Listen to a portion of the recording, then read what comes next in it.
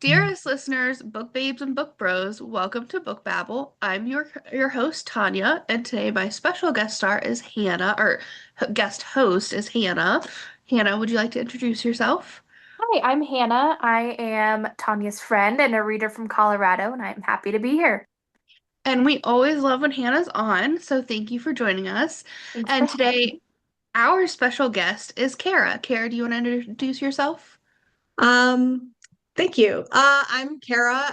write under Kara M Zone. It is my legal name and everything. I write dark fantasy with spice and romantasy and romantic fantasy. So whatever, it's all in there. But there's that.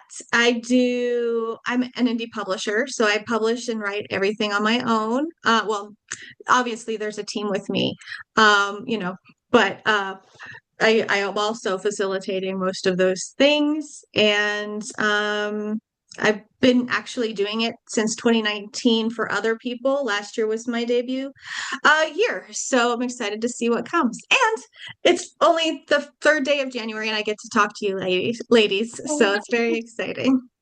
Well, we're thrilled to have you on, and I can't wait to pick your brain about some of the publishing things. I always find that fascinating. But in the meantime, Kara, are you ready to babble?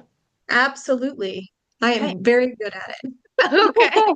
I will put 5 minutes on the clock, and Hannah will start us off with questions. Awesome.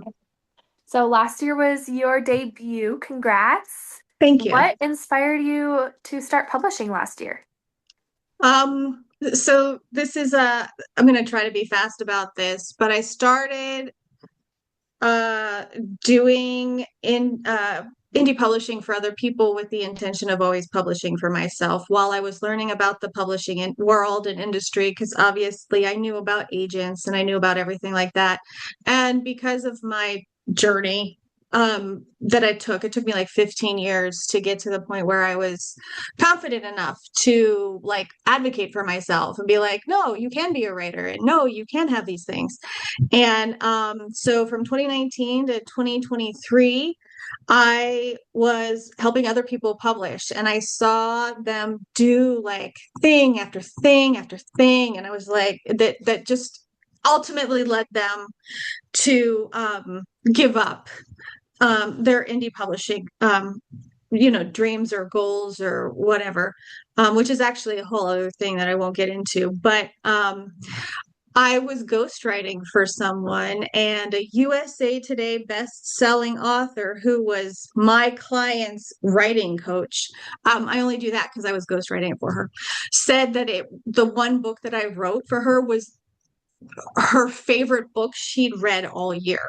And I was like, well, what the hell am I doing there? Like, Right. it's time. So, yeah. Wow. Get that So, out under your name. Right, right. And it never got published because she gave up. Like it's just like gutting, but that's a whole other thing. So oh my gosh. So, how do you get into ghostwriting? I haven't talked to a ghostwriter yet. I'm no longer a ghostwriter. So I went to school later in life. I was in my 30s. I had two small kids. I was going to school full time and working like two jobs with a single mom, like all of that stuff. And I'm like, I have to do something for myself and easy. So I started working online and I was just doing newsletters and everything like that. And ghostwriting wasn't even like a blip on my radar. But I graduated in 2018 and by 2019, I was like, well, I want to learn how to write books. And I was like, the best way I can do that is through ghostwriting. And so I Googled, how do I become a ghostwriter? And it just like led me to these like, well, they're content mills. So they pay really poorly, they expect high demand, and the quality is just garbage. But um I learned how to write novels that way. Not every ghostwriter is paid like that, and not every ghostwriter does that kind of thing. I did it basically for educational purposes because there are ghostwriters for like actual published authors and big name people so they can keep going. But I did not go the respectable route. Someday when you write your memoir, that's going to be the title. How do I become a ghostwriter? My head just went in like the most morbid direction after that too. Oh yeah. I know, I'm so sorry.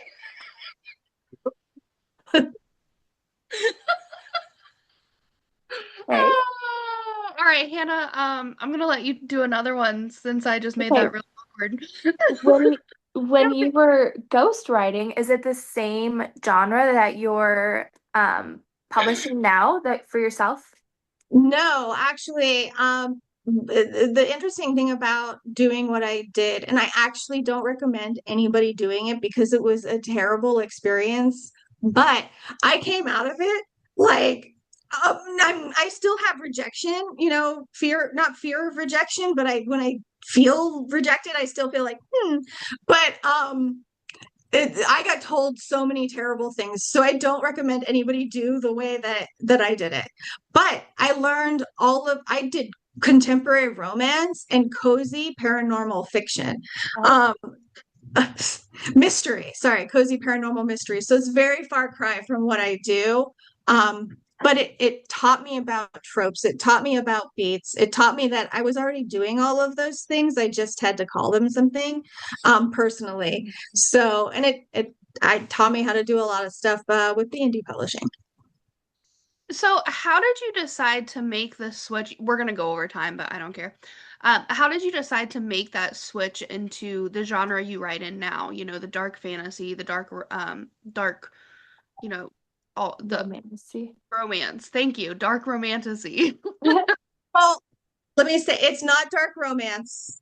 So it's not dark romantasy, it's dark fantasy with spice, which is very different. Okay. Like, so I don't want to, I'm sorry if that seems like No, there is a not the right distinction. thing. Yeah. I do not have my spice level's like 4. Like they name things and stuff goes in things and it's very open door, but it doesn't go past a certain like BDSM stuff or anything. They're stalkers, but it's not the same kind of stalker. Okay, Um, got it. Stalkers, always, but in a fun way. yes, exactly. Um, so I actually I always wanted to write fantasy. When I was 28, I'm 46 now, so that'll give you a little bit of a like year situation. When I was 28, I woke up and I had these characters in my head, like so many of us do, and they wouldn't leave me alone, and it was always fantasy. So I've always loved magic. I've always had an affinity for like earth and the spirituality of nature and all of those things. And so it was always going to be fantasy. It's dark because I'm a little dark, but it's very Like the visceral. dark here. Thank you. I love it too. Um, it's my dark is visceral though. It's not like vampires, dominating vampires, which I love, by the way. I love that kind of stuff. But mine is there's lots of CPTSD, lots of mental health representation, lots of trauma and abuse and my characters go through that. They have the flashbacks, they have the sensory overload, and they have like all of those things, so it gets real visceral, instead of just like gory or like, hey, you know whatever. I don't know what else to say. Sorry. My That's brain. That's okay. okay. You're fine. I love the descriptor of visceral though, because it's not often used to describe, well, self-describe anyway.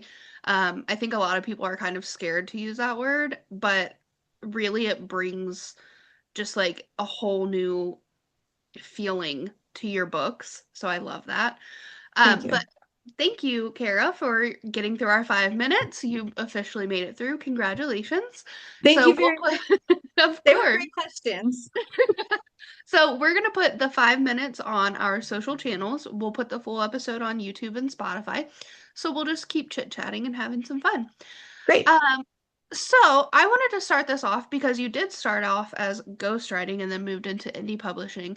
I wanted to start off this next part of the conversation asking like, what was the biggest change? Were there any challenges moving from ghostwriting to indie publishing to being an actual author yourself? Besides dealing with the clients who had these huge expectations because they came out of these academies that told them if they publish a book a month, they would become millionaires, and they weren't seeing that result. And so a lot, and I'm not the only ghostwriter who was treated this way. Like these people come out and they pay a lot of money to take these courses. So my challenges really were in the beginning dealing with people telling me that my writing was garbage and the reason why their book wasn't selling when those people weren't marketing. So I grew a really thick skin in that time. And again, like I said, I wouldn't recommend it for anyone, but it gave me so many good tools to use. So my greatest challenge was that part. And because I learned so much going into it, I decided indie instead of traditional because first off, I didn't want to wait. And secondly, I had all of this knowledge. And so many people go into indie publishing without understanding it completely. And that's why they have all the problems that they have. That's why, and there's weird shit. There's weird shit sometimes that happens. One of the authors I know just had all of these pre-orders on Amazon. She had like hundreds of pre-orders and they all disappeared. So Wow. that wasn't, yeah, that wasn't That's happened a few times already yeah, this year to people, or last year to people. last year. Yeah. It's And it's just a weird like glitch thing, which doesn't make anything better. But so there are weird situations, but most of them are pivotal. Like you can pivot and you can do something else. And I think that so many people quit because they don't understand how they can pivot. And I do try to help people out. I do indie publishing consulting now because I have all of this crazy knowledge in my brain. Um, did that answer your question? I'm so sorry. no, it is. I'm actually like getting so much information from you right now Good. because for starters, I didn't realize that there were academies teaching authors that they need to produce a book a month. Oh, And there's then shit. Sounds like an MLM to me. right. And then secondly, if they're dissatisfied with the work their ghostwriters are doing, why don't they just write it themselves? Um, Yeah. that's my question. Well, and they expect people to write a 50,000 word book in 5 weeks. They expect an editor to turn it around. Somebody asked me to edit something in 4 days in 60,000 words. And I'm like, I can't do that. So she doesn't work with me anymore because who can edit a book that is like they expect this huge turnover and Stephen King level novels, and I've gotten told this, and they're like, well, you're just missing something. I was like, yeah, time, money, you're paying me 1 cent a word. So yeah, these academies are bad. They're bad news. Wow. I mean, it's great that there are resources out there and they're teaching you other things, What's an but the MLM? expectations just sound so unrealistic. They are, and I've come across most of my clients. Well, that's not necessarily true, but a handful of my clients are not coming from these academies, but they are surrounded by people who are in these academies, and these people in the academies are putting buttloads, tens of thousands of dollars into advertising, so they're making a really big, like they have a really big payout. And these other people are like, they are on budgets. They're moms, their dads, that, they have whole lives and everything.